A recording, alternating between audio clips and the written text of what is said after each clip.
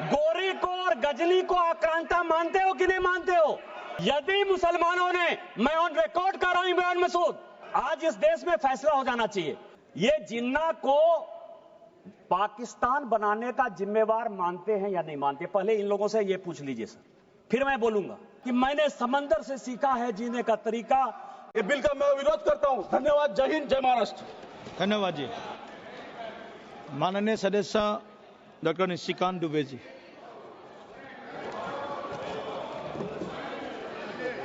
धन्यवाद अध्यक्ष महोदय। वैसे तो माननीय गृह मंत्री जी के और किरण रिजिजू जी के बाद बोलने के लिए कोई विषय नहीं रह गया है, लेकिन सभापति महोदय, मैं 2-3 चीजों की तरफ आपका ध्यान आकृष्ट करना चाहता हूं। एक, मुजफ्फर रिजवी जी ने एक शायरी लिखी कि लम्हों ने खता की है, सदियों ने सजा पाई। और क्या सजा है? ये पूरे दुनिया को जानने का सवाल है सर, कि बड़ा चर्चा चल रहा है कि हिंदू वक्फ बोर्ड में क्यों आएगा। पैगंबर मोहम्मद साहब ने वक्फ करने के लिए कहा, और मैंने सभी लोगों के भाषण सुने हैं। पहला वक्फ मोहम्मद साहब को जिसने किया वो ज्यूज था, वो यहूदी था चेयरमैन सर, और उसका नाम मुखेरक था। उसने अपने 7 बगीचे मदीना में मोहम्मद साहब को गिफ्ट किए। वो ऊंट के मैदान में मारा गया, और उसके बाद मोहम्मद साहब ने उसकी प्रॉपर्टी को जब्त करके पहला चैरिटेबल वक्फ स्टार्ट किया।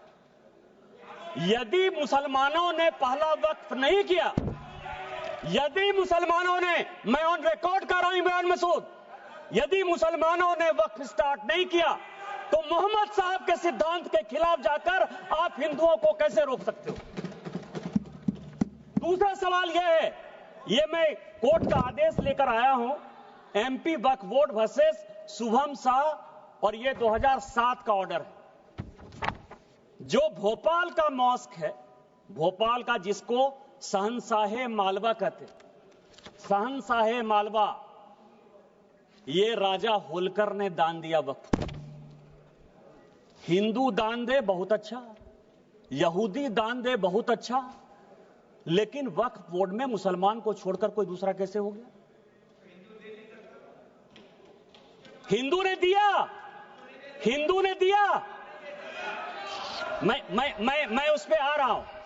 तो मेरा यह कहना है, ये जितने लोगों ने कहा है, उन्होंने पूरे दुनिया को झूठ बोला है। यदि वक्फ ज्यू ने स्टार्ट किया, यदि वक्फ की संपत्ति हिंदुस्तान में राजा महाराजाओं ने दी, तो किसी कीमत पर आप उसको, हिंदुओं को क्यों नहीं मेंबर बनाओगे? दूसरा सर, आज इस देश में फैसला हो जाना चाहिए।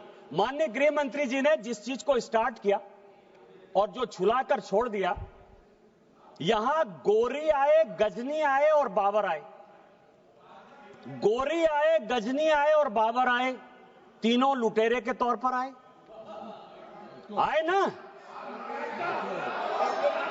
आप मानते हो कि नहीं? गोरी को और गजनी को आक्रांता मानते हो कि नहीं मानते हो? और यदि मानते हो तो हिंदुस्तान में सभापति महोदय, हिंदुस्तान में पहले वक्फ की शुरुआत गोरी ने की। यदि गोरी ने हिंदुओं के संपत्ति को लूटा, और उसी में से 2 विलेज, कहां लिखा है? इतिहास है, इतिहास के पन्ने से आप नहीं लड़ सकते हो। यहां हिंदुस्तान में गोरी ने वक्फ की स्टार्ट की, और आज जो है,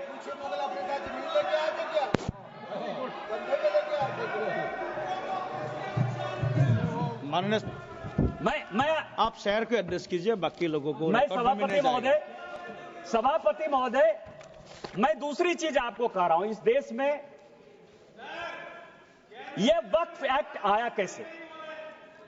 यह जिन्ना को पाकिस्तान बनाने का जिम्मेवार मानते हैं या नहीं मानते? पहले इन लोगों से ये पूछ लीजिए सर, फिर मैं बोलूंगा। यदि जिन्ना को मानते हैं, ये मैं पेपर लेकर आया हूं सर। 1910 में कांग्रेस पार्टी ने मुंबई से एक रिजर्व सीट जो मुस्लिम की गई, उससे जिन्ना को मेंबर ऑफ पार्लियामेंट बनाया। और उन्होंने 1911 में मुसलमान वक्फ बोर्ड बनाया। ये प्राइवेट आदमी ने बनाया, जिन्ना ने बनाया, जिसने पाकिस्तान बनाया। और आज फिर वक्फ के नाम पर ये इस देश का बंटवारा करना चाहते हैं। दूसरा सर, दूसरा आजादी के बाद यहां सभी मेंबर ऑफ पार्लियामेंट बैठे हुए हैं। सभापति महोदय, यहां सभी मेंबर ऑफ पार्लियामेंट बैठे हुए हैं। एक मेंबर ऑफ पार्लियामेंट बताए कि किसी का प्राइवेट मेंबर बिल पास हुआ है? एक मेंबर ऑफ पार्लियामेंट, यहां पार्लियामेंट में 77 से स्वागत बाबू बैठे हुए, एक मेंबर ऑफ पार्लियामेंट बताए कि 77 के बाद से एक भी प्राइवेट मेंबर बिल पास हुआ है? मेरा पास हुआ है, इसलिए मुझे पता है कि मेरा रिजोल्यूशन पास हुआ है। क्या रिजोल्यूशन पास हुआ है? धारा 370 खत्म होना चाहिए, 35 से खत्म होना चाहिए, कश्मीरी पंडितों को अधिकार होना चाहिए। वो इसलिए पास हुआ कि भारतीय जनता पार्टी की आइडियोलॉजी थी। मैं भारतीय जनता पार्टी का सांसद था, सरकार उसको पास कराना चाहती थी, इसलिए पास हो गया। ये जो 1954 का वक्फ एक्ट है, 1952 में सभापति महोदय काजमी साहब लेकर आए। एक प्राइवेट आदमी प्राइवेट बिल लेकर आया, और उसके लिए जब ये बिल पास हो गया तो सेलेक्ट कमेटी बनी। और उस सेलेक्ट कमेटी के जो मेंबर थे, अमजद अली, आप मुसलमानों की बात करते हो, 2 लोगों ने डिसेंट नोट दिया। एक का नाम था मोहनलाल सक्सेना और दूसरे का नाम था अमजद अली। उन दोनों ने कहा, सब कागज लेकर आया हूं, कि अगेंस्ट द कॉन्स्टिट्यूशन है, अगेंस्ट द आर्टिकल 14-15 है, अगेंस्ट द कॉन्स्टिट्यूशन का जो आर्टिकल 25 है उसका वायलेशन है। लेकिन कांग्रेस मुसलमानों के एपीजमेंट की पॉलिटिक्स के कारण इस बिल को पास कराना चाहती थी, और यह प्राइवेट मेंबर बिल के तौर पर एक वक्त बिल आया। क्या आप गैर सरकारी बिल को जो है सरकारी बिल बनाकर इतने दिनों तक मुसलमानों के लिए एक अधिकार की बात करोगे? किस तरह की राजनीति कर रहे हो आप? तीसरा जो है अध्यक्ष महोदय, तीसरा जो सबसे इंपॉर्टेंट है, जो अनुराग जी ने कहा कि पूरी दुनिया में हमसे ज्यादा मुसलमान इंडोनेशिया में, टर्की में, सीरिया में है, लेबनान में, सऊदी अरब में।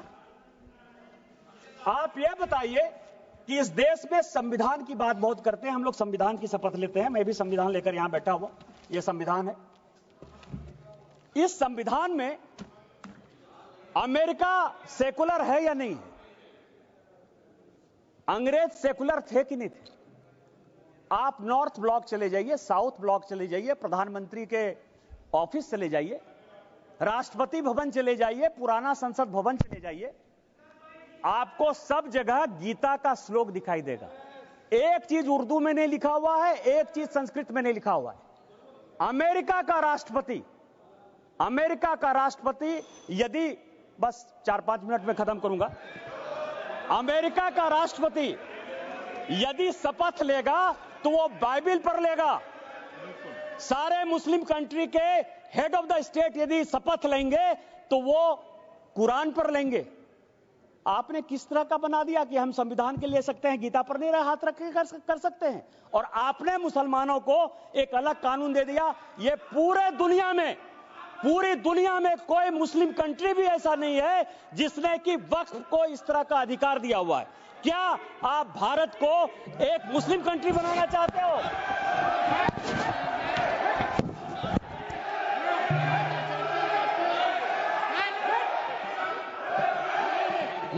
मैं सभापति महोदय इस सदन की जानकारी के लिए 1947 में जब जवाहरलाल नेहरू ने शपथ लिया ना प्रधानमंत्री पद का, तो यह संविधान नहीं था, उन्होंने गीता पर हाथ रखकर जो है शपथ लिया था प्रधानमंत्री का। उनको आप सेकुलर मानते हो कि नहीं मानते हो? मैं भी पूरा पढ़ के आया। गीता पर हाथ रखकर, ये संविधान की शपथ नहीं लेती नेहरू ने, उन्होंने गीता की शपथ खाई थी। क्या आप उनको सेकुलर मानते हो कि नहीं मानते हो?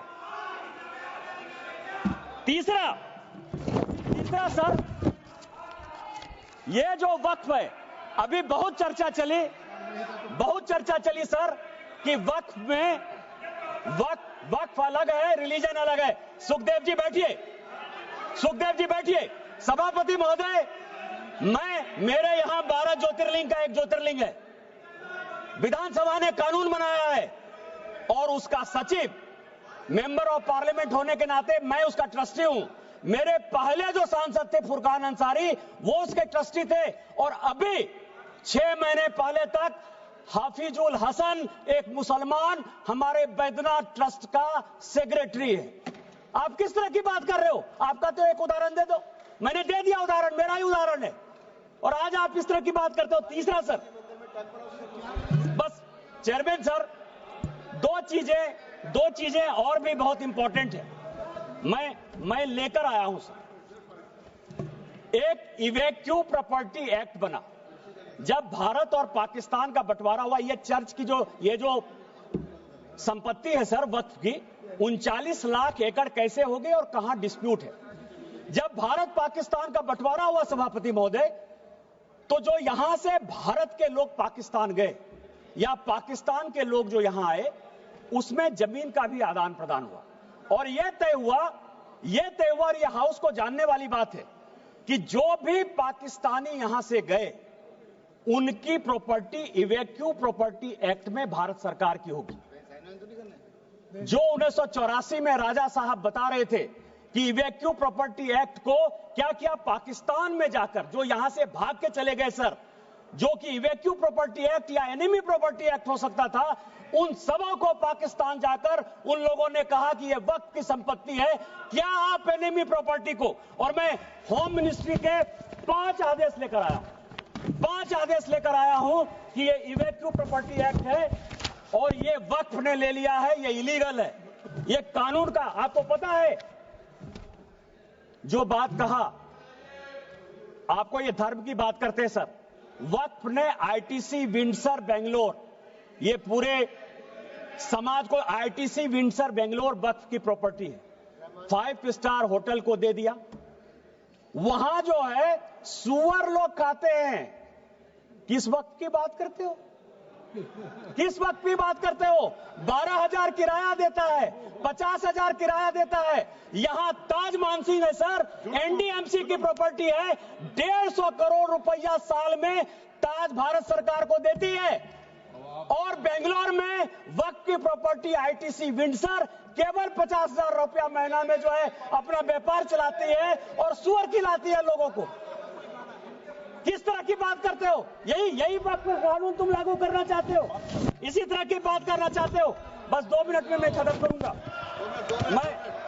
मैं केवल ये करूंगा कि यहां तेलंगाना गवर्नमेंट है सर, तेलंगाना में ये और भी जानने की बात है, हैदराबाद में यहां बहुत आंध्र प्रदेश आंध्रा के हैं, म्यूनिसिपल कॉर्पोरेशन आंध्रा ने 20 साल तक टेंडर फाइनल नहीं हुआ, क्योंकि जो राजा की संपत्ति थी, जो कि भारत सरकार या तेलंगाना सरकार की संपत्ति होती, उसको वक्फ ने ले लिया। यह सुप्रीम कोर्ट का आदेश है। सुप्रीम कोर्ट ने यह कहा कि 50,000 की प्रॉपर्टी, कम से कम 1500 एकड़ जमीन हैदराबाद शहर में जबरदस्ती वक्फ ने ले ली है। क्या इसी तरह का कानून आप लागू करना चाहते हो? मैं अंत में यही कहूंगा कि चाहे एनिमी प्रॉपर्टी हो, चाहे इवैक्यू प्रॉपर्टी हो, वो भारत सरकार की प्रॉपर्टी है, और आप ये वक्फ के नाम पर नफरत फैलाने की कोशिश करते हो। आपने जो है इस देश को वोट बैंक की पॉलिटिक्स में मुसलमान की पॉलिटिक्स बना दिया है। हिंदुओं से आपका कोई लेना देना नहीं है। मैं अंत में केवल यही कहूंगा कि मैंने समंदर से सीखा है जीने का तरीका, चुपचाप से कहना, बहना और अपनी मौज में रहना, और अपनी मौज में भारतीय जनता पार्टी आगे बढ़ेगी, वक्त को पास करेगी, और हम जो है हिंदू मुस्लिम के बंटवारा को नहीं होने देंगे, एक अलग देश नहीं बनने देंगे, और इस कानून को पास कराएंगे। और संविधान का जो आर्टिकल 49 है जो ये कहता है कि कोई भी प्रॉपर्टी जो भारत सरकार की है, एएसआई की है, उसका रखरखाव भारत सरकार करेगी। हम एएसआई की संपत्ति आपको नहीं लेने देंगे। इस संविधान की रक्षा करेंगे, भारत की रक्षा करेंगे और माननीय प्रधानमंत्री जी के रहते सबका साथ सबका विकास के मापदंडों पर खरा उतरेंगे। इन्हीं शब्दों के साथ जय हिंद जय भारत।